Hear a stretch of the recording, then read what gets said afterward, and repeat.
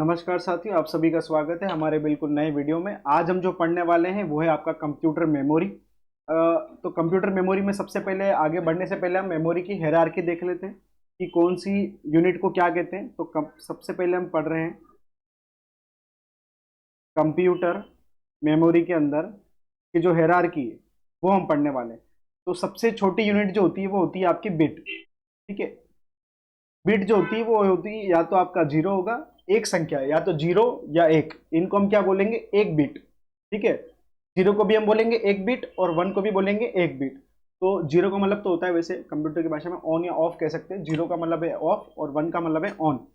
तो एक बिट क्या होगी, कोई भी दोनों में से एक को, वो क्या होगी, बिट होगी। सबसे छोटी छोटी यूनिट यही होती है। अगर हम चार बिट को मिला देंगे तो क्या बनेगा, वन निबल बनेगा। एक निबल क्या होती है आपकी, चार बिट। चार बिट मिलकर क्या बनेगी, वन निबल। अब ये चार बिट कौन सी भी हो सकती है, वन वन जीरो जीरो हो सकती है, जीरो वन जीरो हो सकती है, या जीरो जीरो वन वन हो सकती है, कुछ भी हो सकती है। उसके बाद अगर हम बात करें तो यह है आपका वन बाइट। वन बाइट कितना होता है, वन बाइट का मतलब होगा आठ बिट। आठ बिट को अगर हम मिला देंगे तो क्या बनेगा, वन बाइट बनेगा। उसके बाद वन बाइट के अलावा फिर होता है, उसके नेक्स्ट है वन केबी। वन केबी का मतलब होता है किलो बाइट। किलो बाइट, ठीक है। किलो बाइट में कितना होता है, तो 1024। ठीक है, यानी 1024 बाइट। 1024 बाइट मिलकर क्या बनाएंगे, वन केबी यानी किलो बाइट। अगर हम डेटा स्टोरेज की बात करें, डेटा स्टोरेज और डेटा ट्रांसफर की, तो ये तो होगी आपकी 2 की घात 10 और ये होगी आपकी 10 की घात 3। ट्रांसफर रेट कितनी होगी, 3। ये 3 क्या है, 3 जीरो है, और 2 की घात 10 यानी 2 को 10 बार इंटू करेंगे तो ये संख्या आपको मिल जाएगी। तो डेटा स्टोर कितना होता है, तो 1024। ठीक है, और इस डेटा ट्रांसफर की रेट क्या होगी, तो 10 की घात 3। अगर हम बात करें वन केबी के बाद एक एमबी आता है, ठीक है, यानी मेगाबाइट। क्या आता है, मेगाबाइट आता है। इसमें कितने होंगे, तो 1024 केबी मिलकर क्या बनाएंगे, 1 मेगाबाइट बनाएंगे, यानी 1 MB बनाएंगे। इसमें सेम अगर बात करें डेटा ट्रांसफर कितना होगा, तो 10 की घात कितनी हो जाएगी, यहाँ 3 थी तो यहाँ, अच्छा ये जो संख्या है वो किस में आ रही है, बाइट में आ रही है आपकी। ठीक है, यहां पर कितनी हो जाएंगी, 10 की घात 6। ठीक है, डेटा ट्रांसफर कितना होगा, 10 की घात 6 में। और वहीं बात करें अगर डेटा स्टोरेज की, तो 2 की घात 20। ठीक है, और उसके बाद अगर बात करें 1 MB के बाद आता है आपका 1 GB यानी गीगाबाइट। ठीक है, इसमें कितना होगा, तो 1224। ठीक है, 1024 ये है आपका MB।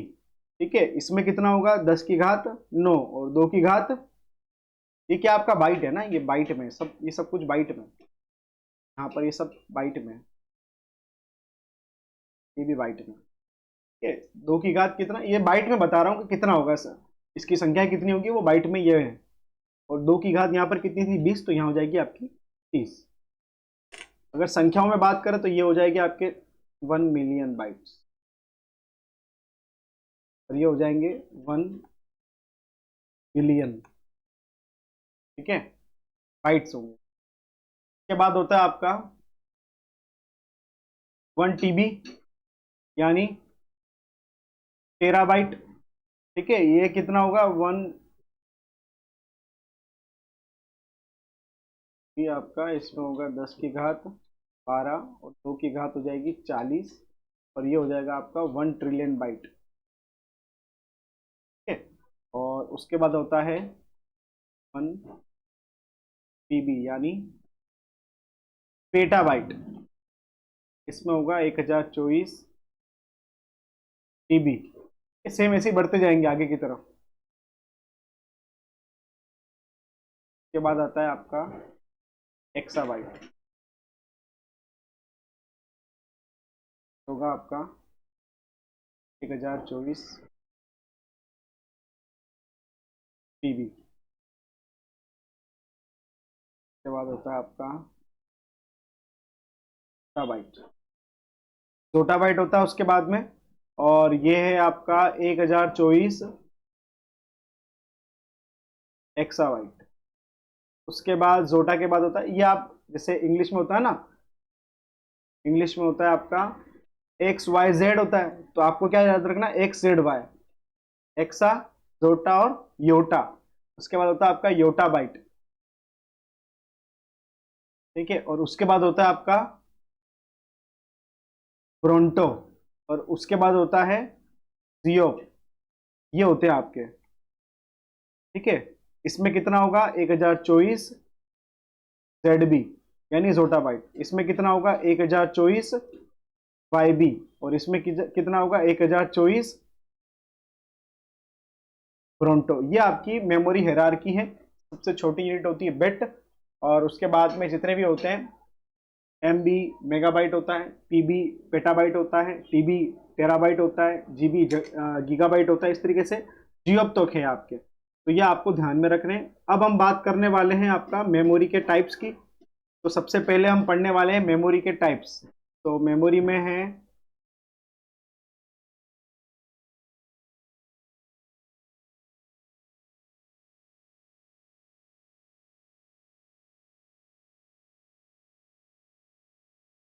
मेमोरी के कितने टाइप्स होते हैं, दो टाइप होते हैं आपके, ठीक है। पहला है आपका प्राइमरी मेमोरी, ठीक है, और दूसरा है आपका सेकेंडरी मेमोरी।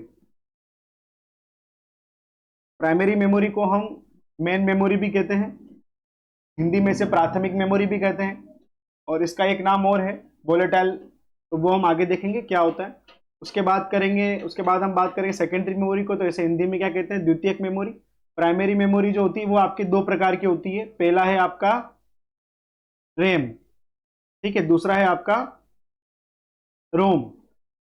और उस रैम जो होती है वो आपकी फिर दो भागों में डिवाइडेड होती है, एक होती है आपकी डी रैम, और दूसरी होती है आपकी एस रैम। उसके बाद अगर हम रोम की बात करें तो ये फिर तीन भागों में डिवाइडेड है। पहला है पी रोम, उसके बाद आता है आपका ईपी रोम,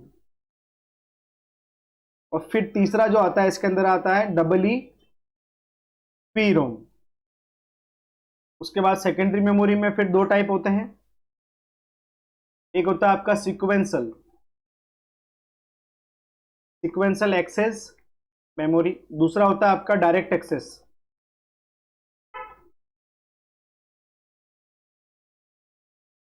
ठीक है। सिक्वेंसल की बात करें तो इसके अंदर आता है आपका मैग्नेटिक टेप। ये जो आपने वॉकमैन वगैरह शुरुआत में पुराने टाइम में आपने वॉकमैन वगैरह देखे होंगे, वॉकमैन में जो कैसेट लगती थी, उसमें जो डेटा होता है वो हम एक के बाद एक के बाद एक ही उसे एक्सेस कर पाते हैं। उसके लिए अगर हमको डेटा बीच में से निकालना होता तो उसके जो टेप होती थी, है ना, उसको हम क्या, कैसेट को हमको घुमाना पड़ता था, तब जाके हम बीच में से कहीं डेटा को रीड कर पाते थे। तो ये होती है आपकी सिक्वेंशियल एक्सेस मेमोरी। फिर होती है डायरेक्ट एक्सेस, ये आपकी तीन प्रकार की होती है। इसमें आता है आपका पहला तो मैग्नेटिक डिस्क, ठीक है, ये दो प्रकार। फिर इसमें ये होती है दो टाइप की, एक होती है आपकी फ्लॉपी और दूसरी होती है आपकी हार्ड डिस्क। ये दोनों के बारे में पढ़ेंगे कैसे क्या इसके अंदर स्टोरेज है। उसके बाद होता है आपका ऑप्टिकल ऑप्टिकल डिस्क, और तीसरा जो होता है आपका वो होता है फ्लैश मेमोरी। हर एक के बारे में पढ़ेंगे। अगर इसके बाद में अगर ऑप्टिकल की बात करें तो इसके अंदर आता है सीडी, फिर हम देखें तो डीवीडी, सीडी डीवीडी, ये आते हैं इसके अंदर ना, ब्लू रे डीवीडी, ये सब आते हैं। और फ्लैश ड्राइव की बात करें तो इसमें पेन ड्राइव आ गया आपका, मेमोरी कार्ड आ गया, एसएसडी आ गया, है ना। ये जितने भी आते हैं वो सब किस में आते हैं, फ्लैश मेमोरी के अंदर आते हैं, ठीक है। अब सबसे पहले हम बात करते हैं रैम की, यानी प्राइमरी मेमोरी सबसे पहले हम देखते हैं।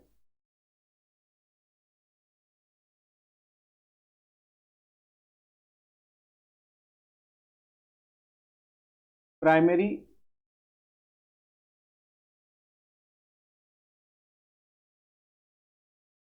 प्राइमरी मेमोरी, ठीक है। प्राइमरी मेमोरी में सबसे पहले हमारा क्या है, रैम है। रैम का पूरा नाम क्या है, तो रैंडम एक्सेस मेमोरी, देखो इसमें आपके नोट्स वगैरह जो आपको मिल जाएंगे टेलीग्राम चैनल में। लिंक जो है टेलीग्राम चैनल का वो हम डिस्क्रिप्शन पर डाल देंगे वीडियो के, वहाँ से आप डाउनलोड कर लीजिएगा।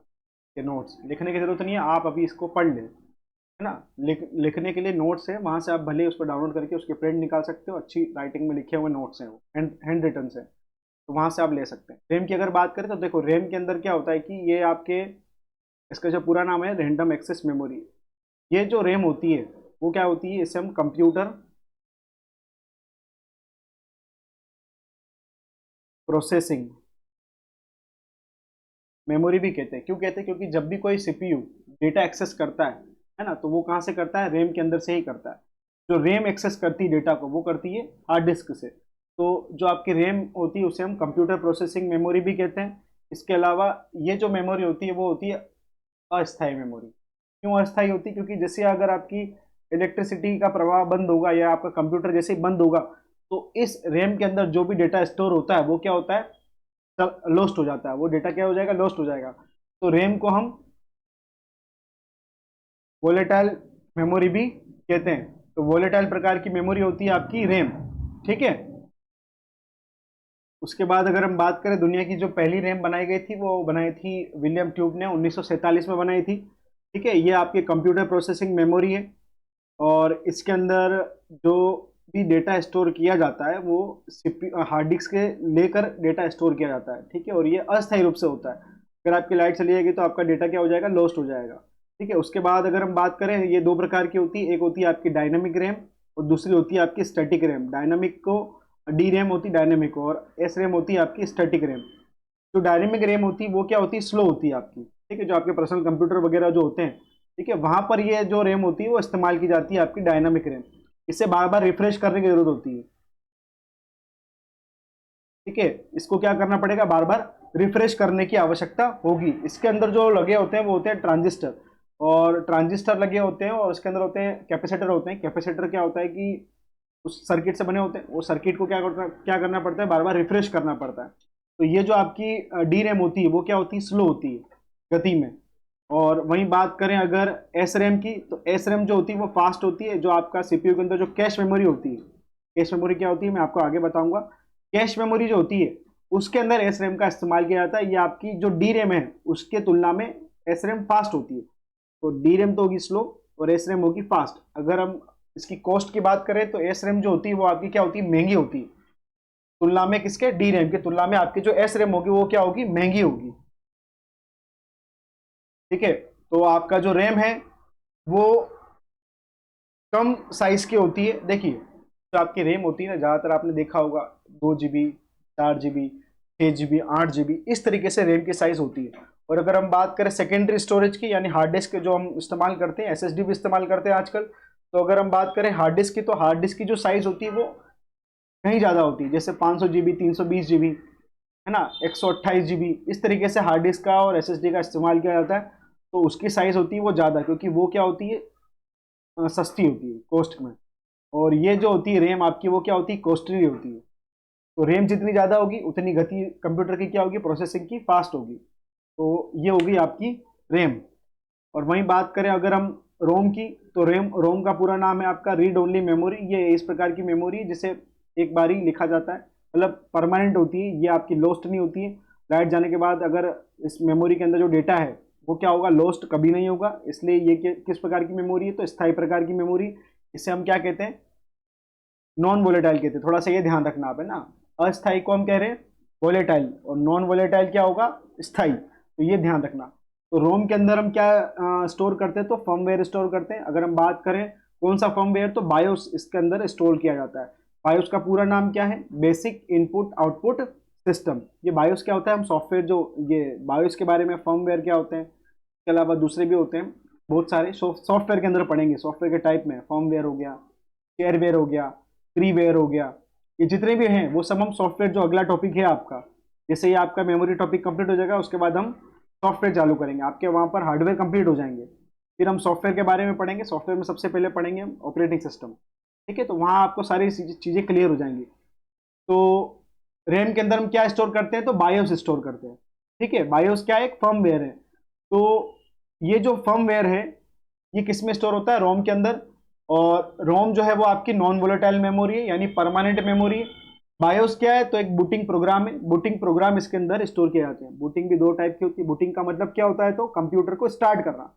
ठीक है, तो कंप्यूटर के स्टार्ट करते दो प्रकार की बूटिंग होती है, एक होती है आपकी वार्म बूटिंग, एक होती है आपकी कोल्ड बूटिंग। वार्म बूटिंग की बात करें तो, सॉरी, पहले आप देखते हैं कोल्ड बूटिंग क्या होती है। तो कोल्ड बूटिंग में क्या है कि जब आपका कंप्यूटर पूरी तरीके से बंद है और फिर आप उसे स्टार्ट कर रहे हैं, तो वो तो हो गया आपका कोल्ड बूटिंग। अगर हम वार्म बूटिंग की बात करें तो कंप्यूटर आपका अभी फिलहाल ऑन है और मैं क्या करूंगा, इसे रीस्टार्ट करूंगा। ठीक है, तो रीस्टार्ट करूंगा तो वो क्या होगा आपका, मतलब चालू है और चालू करके उसे बंद कर रहे हैं और बंद और दोबारा से चालू कर रहे हैं। ठीक है, तो रीस्टार्ट करें तो ये क्या होगा, आपका वार्म बूटिंग होगा। तो ये है आपका रोम। उसके बाद अगर बात करें रोम के प्रकारों की, तो पहला तो होता है आपका पी रोम, यानी प्रोग्रामेबल रीड ओनली मेमोरी। उसके बाद अगर हम बात करें ईपी रोम की, तो उसका पूरा नाम है erasable programmable read only memory. और फिर होता है डबल ई पी रोम, यानी electrically erasable programmable read only memory. जो प्रोग्रामेबल मेमोरी होती है उसे हम प्रोग्राम कर सकते हैं। ठीक है, और ईपी रोम है यानी erasable programmable read only memory. ये क्या है आपका, यूवी रेस जो होती है, अल्ट्रावायलेट किरणें होती है, उसके द्वारा इसके अंदर डेटा को क्या किया जाता है, मिटाया जाता है। ठीक है, और उसके बाद अगर हम बात करें डबल ई पी रोम की, तो डबल ई पी रोम जो होती है आपकी, वो क्या है, इलेक्ट्रिक शॉक, जो हाई वोल्टेज इलेक्ट्रिक शॉक होते हैं उसके द्वारा उसके अंदर डेटा को मिटाया और डाला जाता है। ठीक है, तो ये हो गए आपके ईपी रोम, डबल ई पी रोम और पी रोम। ठीक है, तीनों हो गए आपके। अब हम बात करते हैं, इसके बाद होती है आपकी कैश मेमोरी की बात करें, तो कैश मेमोरी जो होती है आपकी, उसकी स्थिति कहाँ होती है। देखो कैश मेमोरी होता क्या है, पहले तो आप ये जान लीजिए। कैश मेमोरी क्या, देखो कंप्यूटर का जो सीपीयू है उसे क्या करता है, वो बार बार कोई एक प्रकार का डेटा अगर ले रहा है ना, कोई एक प्रकार का डेटा बार बार अगर मांग रहा है, तो वो क्या करता है, रैम में स्टोर नहीं करके कहाँ करता है, कैश मेमोरी में स्टोर करता है। बेसिकली सीपीयू जब भी कोई भी डेटा मांगेगा या एक्सेस करेगा, तो वो कहाँ से करेगा, आपका रैम में से करता है। अब कोई ऐसा डेटा है जो सीपीयू को बार बार चाहिए, है ना, बार बार उसकी आवश्यकता पड़ रही, तो वो रैम में नहीं डालकर किस में डालेगा, कैश मेमोरी में डालेगा। तो रैम की साइज होती है वो किस में होती है, जीबी में होती है, अभी आपको मैंने बताया। और हार्ड डिस्क जो होती है ना, उसकी साइज तो बहुत ज्यादा होती है ना, ये इसकी मास स्टोरेज भी कहते हैं इसे, हार्ड डिस्क को। तो रैम के अंदर जो डेटा है वो कहाँ से आ रहा है, हार्ड डिस्क से आ रहा है, और सीपीयू एक्सेस कहाँ कर रहा है, रैम से कर रहा है। ठीक है, तो रैम से कहाँ डेटा कहाँ गया, सीपीयू के अंदर। अब कोई डेटा है जो बार बार इस्तेमाल हो रहा है, तो वो क्या करेगा, सीपीयू रैम में नहीं रखकर कहाँ रखेगा, कैश मेमोरी में रखेगा।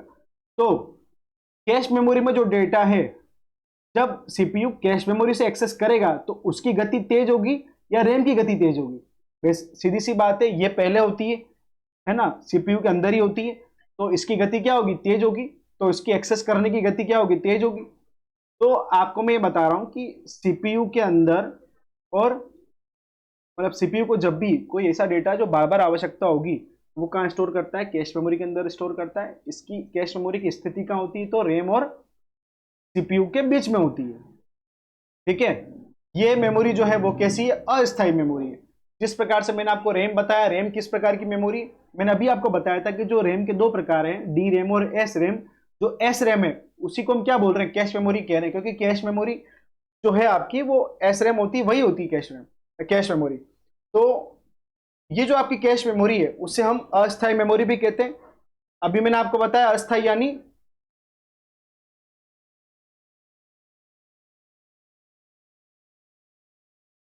Volatile memory. ठीक है, वॉलेटाइल यानी जब भी लाइट जाएगी या कंप्यूटर आप बंद करेंगे तो इसके अंदर भी जो भी डेटा होगा वो क्या हो जाएगा, लॉस्ट हो जाएगा।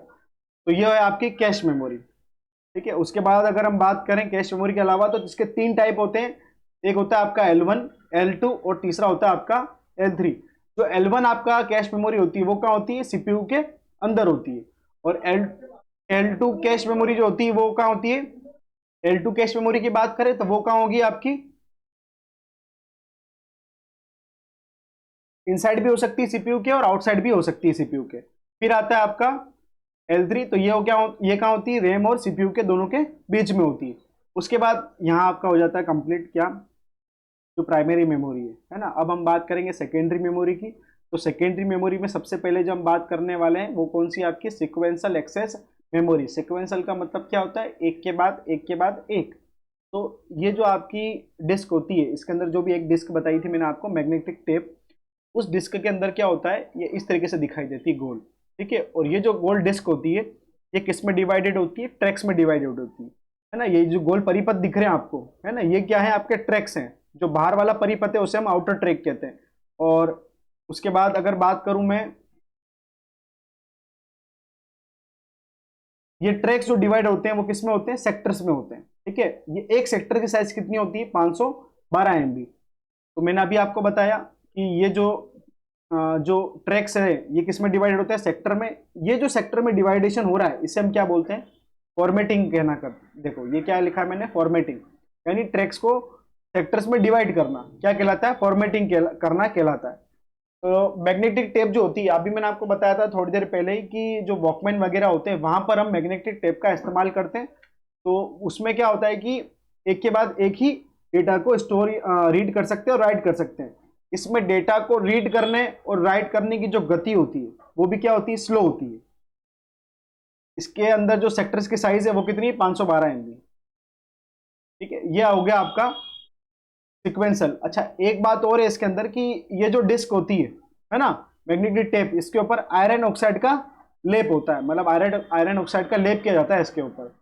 और यह है आपका मैग्नेटिक टेप। अब हम बात करने वाले हैं डायरेक्ट एक्सेस मेमोरी। तो डायरेक्ट एक्सेस मेमोरी में सबसे पहले जो है आपका मैग्नेटिक डिस्क है, उसके अंदर भी सबसे पहले क्या है आपका, फ्लॉपी डिस्क। तो फ्लॉपी डिस्क की अगर बात करें तो ये जो फ्लॉपी डिस्क होती है ये मेलर प्लास्टिक से बनी होती है, इस तरीके से गोल होती है ये भी। और इसके ऊपर भी आयरन ऑक्साइड का कोट किया जाता है, मतलब आयरन ऑक्साइड का लेप किया जाता है। इसका जो दूसरा नाम है वो क्या है, डिस्किट, डिस्किट भी कहते हैं इसे। इसके नोट्स में आपको सब चीजें मिल जाएंगी, ठीक है। ये हो गया आपका iron sorry flippy disk, floppy disk. अगर इसकी साइज की बात करें तो साइज इसकी देखो, एक तो साइज होती है 8 इंच जो सबसे लार्ज होती है। अब इस्तेमाल नहीं होती है फ्लॉपी डिस्क, है ना, पहले बहुत पहले इस्तेमाल होती थी शुरू शुरू में। अब फ्लॉपी डिस्क इस्तेमाल नहीं होती, इसके जगह पर बहुत, ये तो बहुत कम साइज की हुआ करती थी। अब तो मास स्टोरेज चलते हैं, SSD हो गया आपका, हार्ड डिस्क हो गया, ये चलते हैं, ठीक है। फ्लॉपी डिस्क अब इस्तेमाल में नहीं होती है। तो इसमें एक 8 इंच की होती थी जो सबसे लार्ज होती थी, है ना, वो उसकी साइज कितनी होती है, 1000 KB। और उसके बाद अगर हम बात करें 5.25 इंच यानी तो ये इसको मिनी फ्लॉपी डिस्क भी कहते थे। इसकी जो साइज होती थी 1.2 MB। और उसके बाद अगर हम बात करें 3.5 इंच की जो माइक्रो फ्लॉपी होती थी उसकी साइज होती थी 1.44 MB। तो ये है आपकी फ्लॉपी डिस्क। उसके बाद आपकी जो दूसरी मैग्नेटिक डिस्क आती है वो है आपकी हार्ड डिस्क है। अगर हम हार्ड डिस्क की बात करें तो इसके अंदर जो जो गोल प्लेट्स होती है ना, जिसे हम क्या बोलते हैं, प्लेटर कहते हैं। देखो इसके अंदर भी होता क्या है, डिस्क ही होती है, इसी गोल्ड डिस्क ही होती है, ये गोल्ड डिस्क ही होती है इसके अंदर भी, ये दिखाया मैंने यहाँ पर देखो। और डिस्क की जो साइज है ना, डिस्क जो होती है वो ऐसे ट्रैक्स में बटी होती है। और ट्रैक्स किस में बटे होते हैं, सेक्टर्स में बटे होते हैं। देखो इसके अंदर जो डिस्क होती है वो कुछ इस तरीके से, बनावट जो है वो इसकी इस तरीके से रहती है। इसके बीच में जो आपको ये डंडा दिख रहा है, ये जो स्टिक दिख रही है, इसको हम क्या बोलते हैं, स्पिंडल बोलते हैं, ठीक है। और ये जो आपको गोल गोल दिख रही प्लेट्स, इससे हम क्या बोलते हैं, प्लेटर कहते हैं। ये आपका एक प्लेटर है, ये प्लेटर है और ये प्लेटर है। और ये जो आपको दिख रहा है ना, ये क्या है, एक्सेस आर्म है। ये क्या करता है, डेटा को रीड और राइट करता है, ठीक है। तो और ये जो आपको जितने भी आपको इस सरफेसेस दिख रहे हैं इसे हम क्या बोलते हैं, सिलेंडर भी कहते हैं और सरफेसेस भी कह सकते हैं। तो अगर हम इसके सरफेसेस की संख्या देखें तो इसके अंदर जो ये आपका पहला प्लेटर जो आपको दिख रहा है ना, ये आपको पहले जो सीडी दिख रही है ना, डिस्क दिख रही है, तो इस डिस्क के अंदर जो नीचे वाला सरफेस है वहीं पर ही डेटा रीड और राइट होगा। ऊपर वाले सरफेस पर डेटा रीड और राइट नहीं होता है, ठीक है। और इसके बात करें तो ये आपका एक सरफेस हो गया और इसमें हो गया आपका एक सरफेस ये, ठीक है। ये आपका एक सरफेस है और इसके नीचे एक सरफेस है, यानी जो ये वाला जो प्लेटर है बीच वाला, इसके ऊपर भी आपको एक सरफेस मिलेगा और नीचे भी एक सरफेस मिलेगा।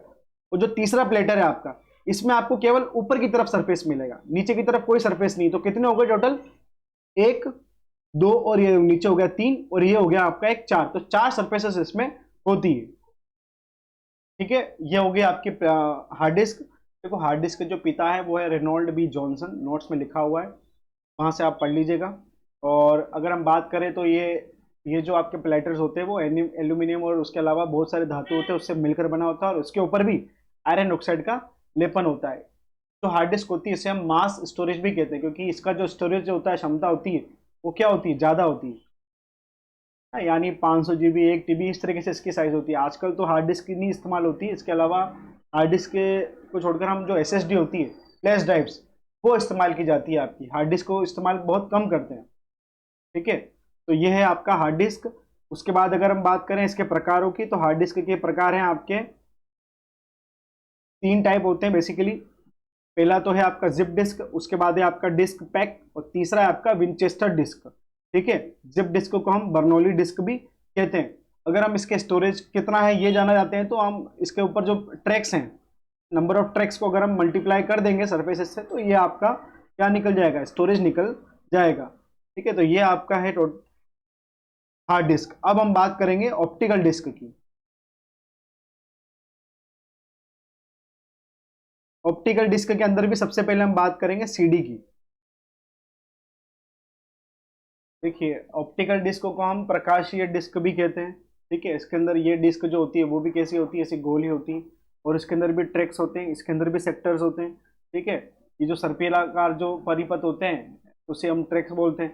ठीक है, ये किससे बनी होती है, तो पॉलीकार्बोनेट मटेरियल जो होता है उससे बनी हुई होती है आपकी जो ऑप्टिकल डिस्क। ठीक है, इसके अंदर जो दो, एक तो आपकी टर्म होती है, एक होती है आपकी बर्निंग। ठीक है, इसका मतलब क्या होता है, कोई भी डेटा को राइट करना, है ना। इसके 2-3 आपने सॉफ्टवेयर अगर सुने हो तो नेरो एक तो होता है, एक होता है पावर, पावर ISO। ये आपके 2 सॉफ्टवेयर आपने सुने होंगे, अगर नहीं होंगे तो आप नेट पे आप ढूंढ सकते हो, इंटरनेट पे आपको मिल जाएंगे। ये क्या करते हैं, बर्निंग का काम क्या होता है, कि बर्निंग का मतलब क्या होता है, जो सीडी होती है आपकी, है ना, जो खाली सीडी होती है उसके अंदर डेटा को स्टोर करना। ठीक है, राइट करना। तो ये बर्निंग का मतलब होता है डेटा को राइट करना। और एक होता है आपका रिपिंग, इसका मतलब होता है कि आपको डेटा को रीड करना। जब भी आप डेटा को रीड कर रहे हो तो उस टर्म को क्या बोलेंगे, हम रिपिंग बोलेंगे। अगर हम स्टोरेज की बात करें तो स्टोरेज कैसा इसका निकालते हैं, नंबर ऑफ सेक्टर।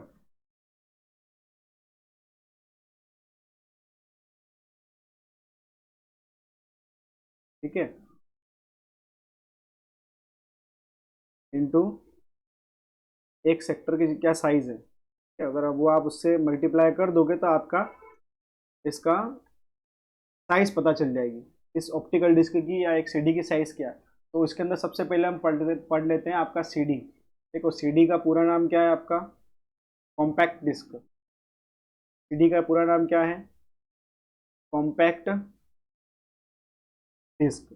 ठीक है, इसके अंदर भी ये इसकी जो साइज होती है ये भी ऐसी गोल होती है। ठीक है, और इस पर लेजर रेज के द्वारा डेटा को क्या करते हैं, रीड और राइट किया जाता है। ये जो रेज होती है वो कैसी होती है, आपकी रेड होती है सीडी के अंदर। ठीक है, रीड, राइट और रीड, इसके द्वारा किया जाता है लेजर रेज के द्वारा। और ये जो रेज होती है वो कैसी होती है, रेड कलर की होती है। इसकी जो साइज की बात करें तो इसकी साइज होती है 700 MB। ठीक है, और इसका अगर डायामीटर बात करें, इसका डायामीटर कितना होता है, तो डायामीटर की बात करें तो ये होता है आपका 12 सेंटीमीटर, या 120 mm, या फिर हम बात करें 4.7 इंच। ये इसका क्या होता है, आपका डायामीटर होता है। सीडी के अगर प्रकारों की बात करें, देखो ये सब आपने देख रखा है ना, सीडी क्या होता है, तो गोल होती है, आपने देखी है। हाँ, और बात करें अगर हम इसकी प्रकार की, तो सीडी के बहुत सारे प्रकार होते हैं। एक तो होता है आपका CD ROM। ठीक है, एक होता है आपका CDR, एक होता है आपका CDRW। तो इसका होता है कॉम्पैक्ट डिस्क, आपको पता ही है ना, रीड ओनली ना, इसको आप सिर्फ रीड कर सकते हो। इसमें कोई भी डेटा, एक बार जो डेटा हो गया उसे आप क्या, अनेक बार आप रीड कर पाओगे, है ना। उसके बाद होता है CD रिकॉर्डेबल। ठीक है, एक होती है आपकी CDWROM। ठीक है, इसका मतलब होता है राइट वंस रीड मैनी, मतलब एक बार राइट करो, आप एक बार उस पर लिख सकते हो, और अनेक बार उसको फिर आप रीड कर सकते हो। उसके बाद होता है री राइटेबल, ये आपकी क्या है, री राइटेबल है। इसको अनेक बार आप राइट कर सकते हो। एक बार डेटा इसके अंदर डाला, उसके बाद उसे मतलब बर्न कर दिया, फिर आप उसे दोबारा से कितनी बार पढ़ो, और अगर आपको नहीं समझ में आ रहा तो उस डेटा को आप डिलीट कर दो, फिर दोबारा से उसे बर्न करो। तो ये जो CDRW है वो अनेक बार डिलीट और हो सकती है, रीड कर सकते हैं। उसके बाद जो आता है आपका अगला डीवीडी। डीवीडी का पूरा नाम क्या है? Digital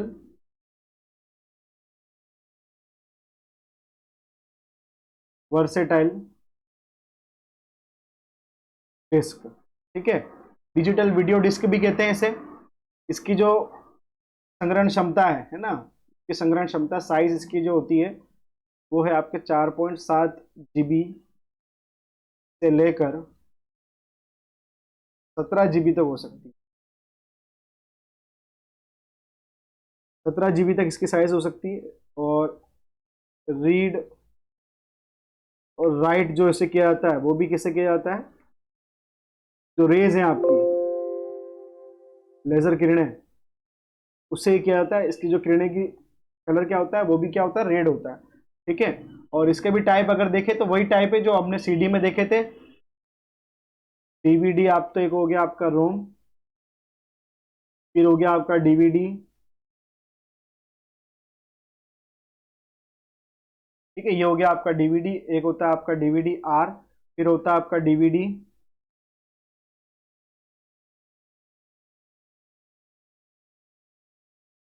WORM, read once write many, ठीक है। और एक होता है आपका DVD-RW।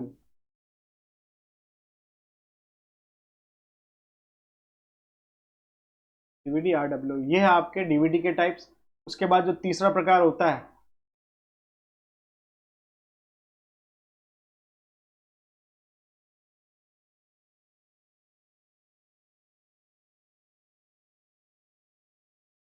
जो आपका तीसरा प्रकार है वो है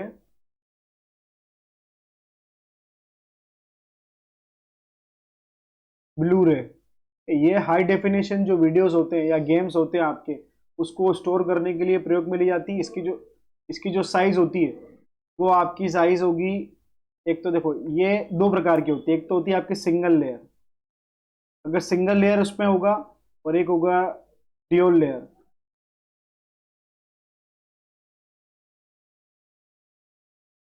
सिंगल लेयर और ड्यूल लेयर। सिंगल लेयर की बात करें तो इसकी साइज होगी 25 GB, और ड्यूल लेयर की बात करें तो इसकी साइज होगी 50 GB तक होती है, ठीक है। और इसमें जो लेजर किरणें होती हैं वो कैसी होती है? UV होती है, यानी अल्ट्रावायलेट किरणों के द्वारा इसके ऊपर डेटा को रीड और राइट किया जाता है। तो बेसिकली हाई डेफिनेशन जो वीडियो गेम्स होते हैं, प्ले स्टेशन के गेम्स होते हैं, वो सारे में स्टोर किए जाते हैं। ये हो गए आपके ब्लू रे। अब जो आखिरी आपका बचता है वो है फ्लैश ड्राइव्स।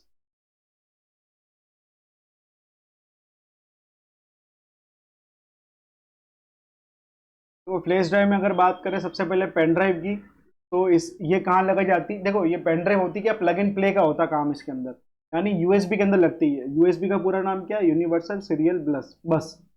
तो ये कहाँ लगती है? इसका जो फीचर होता है ये क्या होता है?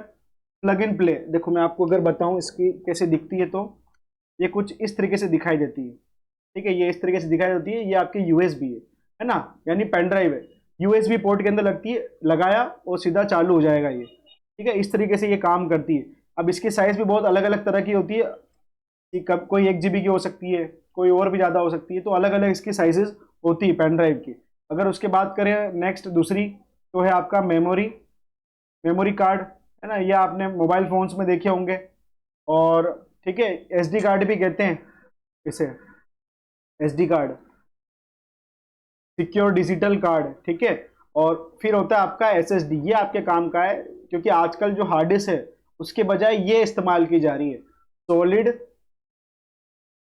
State drive.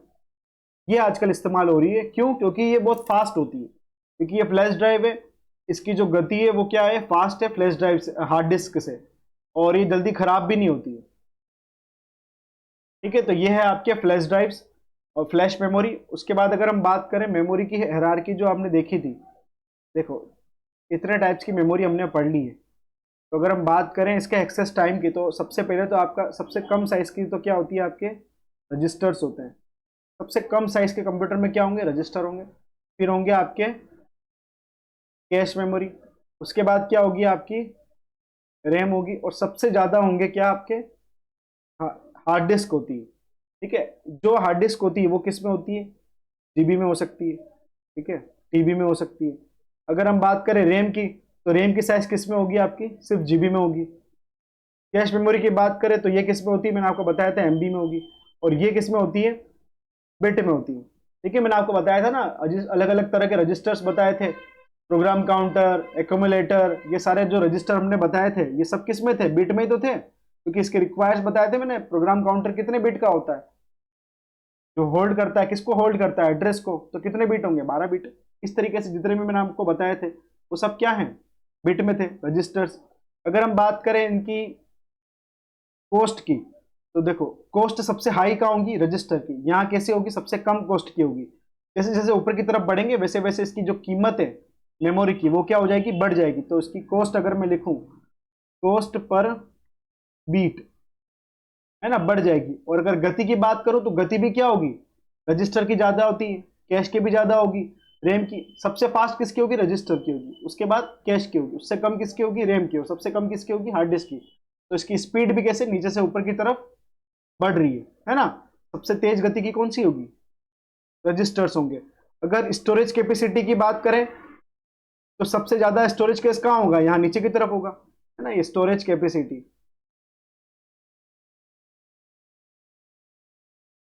स्टोरेज कैपेसिटी सबसे ज्यादा कहाँ होगी, नीचे की तरफ, यानी हार्ड डिस्क होगी। उससे कम कहाँ होगा, यहाँ। और सबसे कम किस में होगा, रजिस्टर में। एक्सेस टाइम की बात करें,